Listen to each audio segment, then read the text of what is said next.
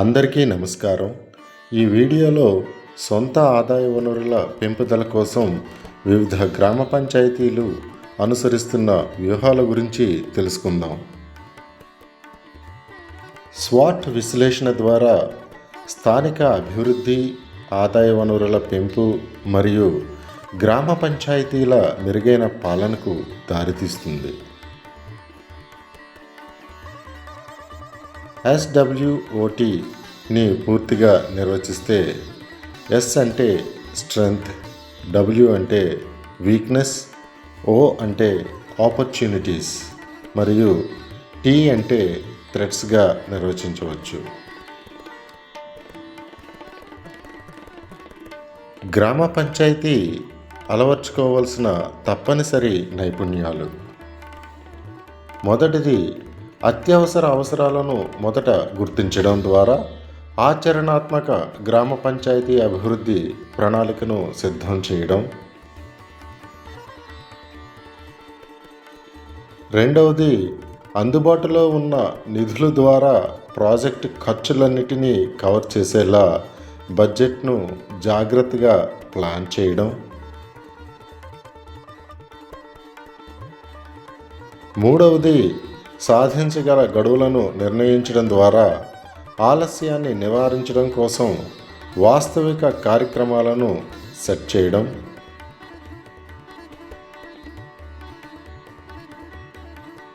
నాలుగవది, ప్రతి నెల ప్రాజెక్టుల స్థితిని తనిఖీ చేస్తూ క్రమం తప్పకుండా వాటి యొక్క పురోగతిని పర్యవేక్షించడం. ఐదవది, మంచి విజయం కోసం స్థానిక భాగస్వామ్యాన్ని నిర్ధారణ చేయడం. ఉత్తరాఖండ్లోని రాణి పోఖరి గ్రామ పంచాయతీ వివాహ మందిరం, ఆట స్థలం, పంచాయతీ హాల్ అద్దె ద్వారా 12,000 వరకు సంపాదిస్తుంది మరియు హాత్ బజార్ అంటే శనివారం మరియు వారాంతపు బజార్ను వేలం వేయడం ద్వారా 2024-25లో 25 లక్షలకు పైగా ఆదాయాన్ని ఆర్జించింది. డెహ్రాడూన్ జిల్లా శంకర్పూర్ హుకుమాత్పూర్ పంచాయతీ హాత్ బజార్ ద్వారా ఆదాయం సంపాదిస్తుంది. ఈ పంచాయతీకి సొంత భూమి లేకపోవడం వల్ల భూమిని అద్దెకు తీసుకొని బజారు నిర్వహిస్తున్నారు. ఒడిశాలోని ముకుందపూర్ గ్రామ పంచాయతీ ఆలయానికి వచ్చే యాత్రికుల కారణంగా 136 దుకాణాల ద్వారా నెలకు 40,000 రూపాయలు ఆదాయం ఆర్జిస్తుంది.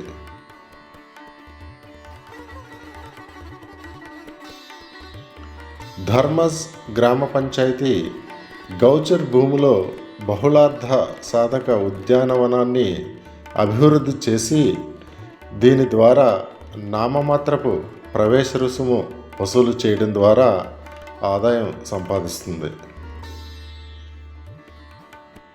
ఆంధ్రప్రదేశ్లో తూర్పుగోదావరి జిల్లాలోని ప్రకాశరావుపాలెం, కడియపులంక, వీరవరం వంటి గ్రామ పంచాయతీలు భవన ప్రణాళిక వ్యయం మరియు ఆమోద రుసుముల ద్వారా ఆదాయాన్ని సమర్థవంతంగా సంపాదిస్తున్నాయి.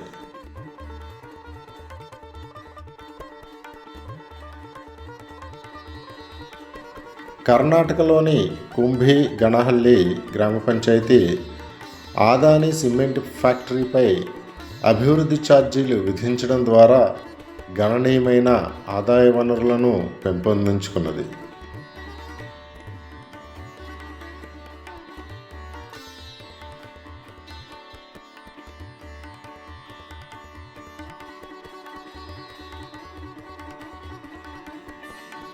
ఒడిశాలోని సంబల్పూర్ జిల్లాలోని డియోగావ్ గ్రామ పంచాయతీ ఫెర్రీ ఘాట్ టోల్ నుండి గణనీయమైన ఆదాయాన్ని పొందుతున్నది.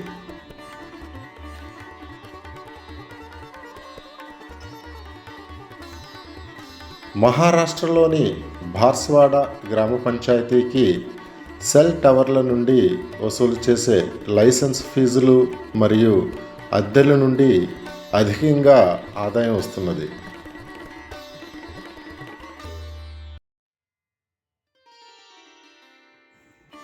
గుజరాత్లోని రాజ్ సమధియాల గ్రామ పంచాయతీ గ్రామ ప్రవేశ ద్వారం వద్ద బహిరంగంగా ప్రదర్శించబడే జరిమానాల జాబితాలను కలిగి ఉంది. ప్లాస్టిక్ వాడకం, మద్యం మరియు గుట్కా వినియోగం మరియు ఓటు వేయకపోవడానికి కూడా జరిమానాలు ఉన్నాయి. గుజరాత్లోని ఆనంద్ జిల్లాలోని ధర్మజ్ పంచాయతీ రైతులకు నీటిపారుదల ప్రయోజనాల కోసం మురుగునీటిని శుద్ధి చేసిన తర్వాత విక్రయిస్తుంది.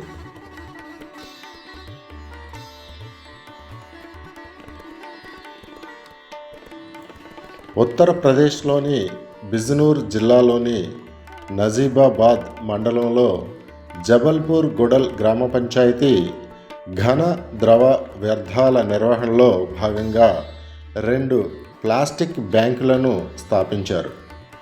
వ్యర్థాల సేకరణ సేవలకు గ్రామ పంచాయతీ నామమాత్రపు రుసుమును ప్రవేశపెట్టి ఆదాయాన్ని ఆర్జిస్తోంది. జమ్మూలోని పల్లి గ్రామ పంచాయతీ సౌర విద్యుత్ ఫలకాలను ఏర్పాటు చేసి డబ్బులు ఆదా చేస్తూ మిగులు విద్యుత్ ద్వారా ఆదాయం ఆర్జిస్తోంది.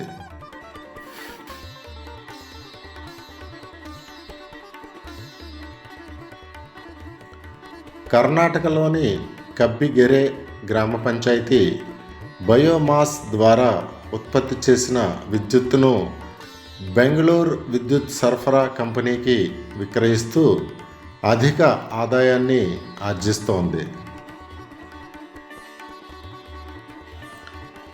కేరళలోని ఇడ్డుకి జిల్లాలోని కుమిలి గ్రామ పంచాయతీ పర్యాటకాన్ని ప్రవేశపెట్టడం మరియు రిసార్టులకు కూరగాయలు మరియు సాంప్రదాయ హస్తకళలు, సుగంధ ద్రవ్యాలు, బేకరీ వస్తువులు మొదలైనవి పర్యాటకులకు విక్రయించడం ద్వారా ఆదాయాన్ని ఆర్జిస్తుంది. గుజరాత్లోని రాజ్కోట్లోని గట్కా గ్రామ పంచాయతీ ఇండియన్ ఆయిల్ కార్పొరేషన్ వారి సహకారంతో ఆర్ఓ వాటర్ ప్లాంట్ను ఏర్పాటు చేసి 20 లీటర్ల నీటికి 10 రూపాయల చొప్పున వసూలు చేస్తూ ఆదాయాన్ని ఆర్జిస్తుంది. ఒడిశాలోని బాలియాకట గ్రామ పంచాయతీ పరిధిలో ఉన్న గ్రామస్తులు అడవి నుండి సాల్ విత్తనాలు, తేనె, మోహువా పువ్వులు మరియు ఔషధ మొక్కలు, చిన్న అటవీ ఉత్పత్తులను సేకరించి మైనర్ ఫారెస్ట్ ప్రొడ్యూస్ కొనుగోలుదారులకు విక్రయిస్తారు. ఉత్పత్తిదారుల నుండి అటవీ ఉత్పత్తులను కొనుగోలు చేయడానికి వీలుగా మైనర్ ఫారెస్ట్ ప్రొడ్యూసర్స్ కొనుగోలుదారులకు లైసెన్సులు జారీ చేయడం ద్వారా గ్రామ పంచాయతీ ఆదాయాన్ని ఆర్జిస్తుంది.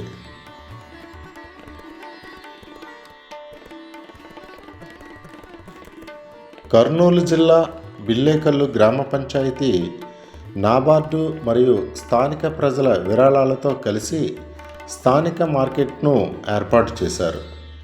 వ్యవసాయ ఉత్పత్తులను అక్కడ మార్కెట్లో విక్రయించడం ద్వారా రైతులు మరియు గ్రామ పంచాయతీకి స్థానిక ఆదాయం లభిస్తుంది. 2023-24 నాటికి 68 లక్షల ఆదాయ వనరులు సముపార్జించడం జరిగింది.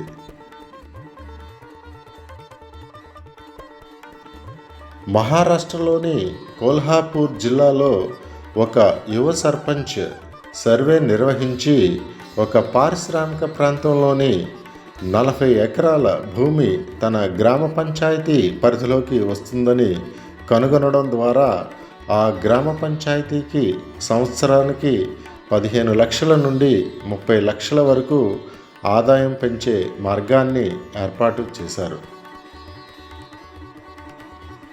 ఒడిశాలోని ముకుందపూర్ పాట్నా గ్రామ పంచాయతీ సర్పంచ్ స్థానిక మార్కెట్ను పెద్ద ప్రాంతానికి మార్చడంతో ప్రజల రాకపోకలు మరియు వ్యాపార విస్తరణ జరిగి గ్రామ పంచాయతీకి 10 రెట్ల ఆదాయం పెరిగింది.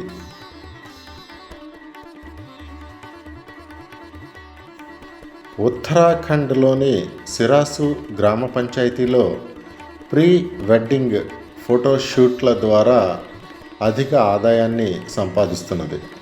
ఇలా లభించిన ఆదాయంతో నీటి పైప్ లైన్లు మరియు పక్కా రహదారులు కొండ ప్రాంతాలలో సైతం ఏర్పాటు చేశారు.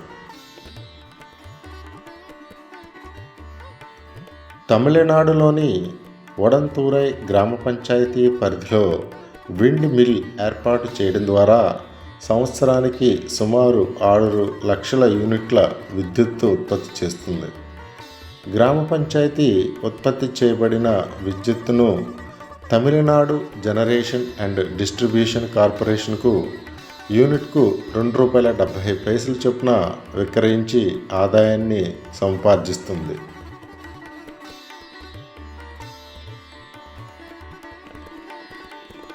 పశ్చిమ బెంగాల్లో పన్ను వసూలు చేసేవారికి రాష్ట్ర ప్రభుత్వం మరియు గ్రామ పంచాయతీ రెండూ కూడా నిధులు సమకూరుస్తాయి.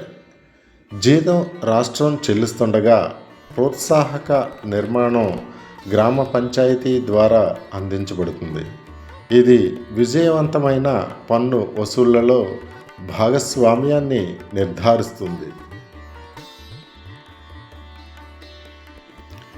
కేరళలో సకాలంలో చెల్లింపులు చేసే పన్ను చెల్లింపుదారులకు 5% రాయితీ ఇవ్వబడుతుంది. పన్ను అధికారులు పూర్తి పన్ను సమ్మతిని సాధిస్తే వారికి 1 నెల జీతానికి సమానమైన పనితీరు ఆధారిత బోనస్తో రివార్డు ఇవ్వబడుతుంది.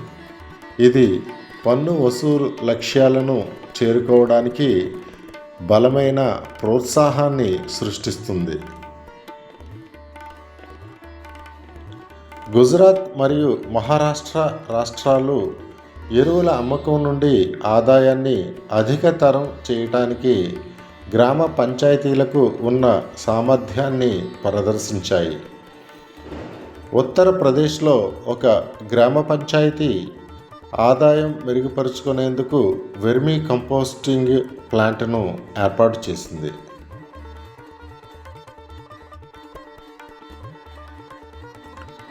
రామపుర గ్రామ పంచాయతీలో పూల మార్కెట్ల ద్వారా, బిల్లేకల్లు గ్రామ పంచాయతీలో టమోటా మార్కెట్ల ద్వారా ఆయా పంచాయతీలు అదనపు ఆదాయ మార్గాలను సృష్టించాయి.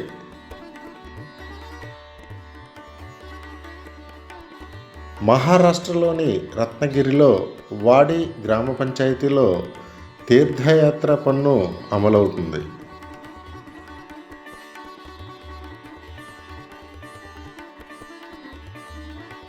ఇప్పుడు గ్రామ పంచాయతీలలో సొంత ఆదాయ వనరుల యొక్క ముఖ్య పన్ను వనరుల గురించి తెలుసుకుందాం. మొదటిది ఆస్తి పన్ను. పంచాయతీ పరిధిలో ఉన్న నివాస, వ్యాపార భవనాలు, వ్యవసాయ భూములపై పన్ను వసూలు చేయవచ్చు. ఇది ముఖ్యమైన మరియు ఎక్కువ ఆదాయం వచ్చే పన్ను.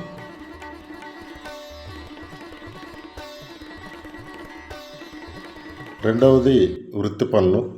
గ్రామంలో వ్యాపారాలు, వృత్తులు లేదా ఉపాధి చేసుకునే వ్యక్తులపై విధించే పన్ను. మూడవది వినోద పన్ను. సినిమాలు, జాతర, ఉత్సవాలు, ఆటపాట కార్యక్రమాలు లాంటివి నిర్వహించినప్పుడు వసూలు చేసే పన్ను. నాలుగవది ప్రకటన పన్ను. హోర్డింగ్లు, బ్యానర్లు, ఫ్లెక్స్ బోర్డులు వంటి వాటిపై వసూలు చేసే పన్ను. ఐదవది నీటి పన్ను, విద్యుత్ పన్ను. నీటి సరఫరా, వినియోగం, విద్యుత్ వినియోగంపై వసూలు చేసే పన్నులు. ఆరవది వాహన పన్ను. పంచాయతీ రోడ్లను ఉపయోగించే సైకిల్, బండి, ఆటో, లోడింగ్ వాహనాలు, ఇతర వాహన యజమానులపై పన్ను వసూలు చేయవచ్చు.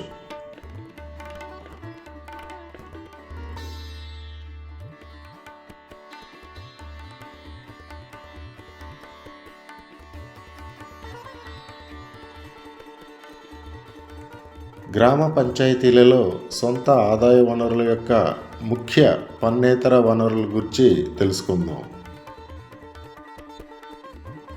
మొదటిది దుకాణాలు, కమ్యూనిటీ హాల్స్ మొదలైన గ్రామ పంచాయతీకి చెందిన ఆస్తుల నుండి అద్దె ద్వారా లభించే ఆదాయం. రెండవది నీటి ఛార్జీలు, విద్యుత్ దీపాల ఛార్జీలు మొదలైన వినియోగ ఛార్జీల నుండి లభించే ఆదాయం. మూడవది బజార్ ఫీజు, స్టాండ్ ఫీజు మొదలైన రుసుములు, ఫీజుల ద్వారా లభించే ఆదాయం. నిబంధనలు ఉల్లంఘించినప్పుడు జరిమానాల ద్వారా లభించే ఆదాయం. సేవింగ్ ఖాతా, ఫిక్స్డ్ డిపాజిట్లు మొదలైన వాటి ద్వారా బ్యాంకు వడ్డీ ఆదాయం. ప్రజల నుండి లేదా సంఘాల నుండి విరాళాలు, దానాలు ద్వారా వచ్చే ఆదాయం. బాండ్లు మరియు ఇతర పెట్టుబడి, వడ్డీ లాభాలు మొదలైనవి గ్రామ పంచాయతీకి లభించే ఇతర ముఖ్య పన్నేతర ఆదాయాలు.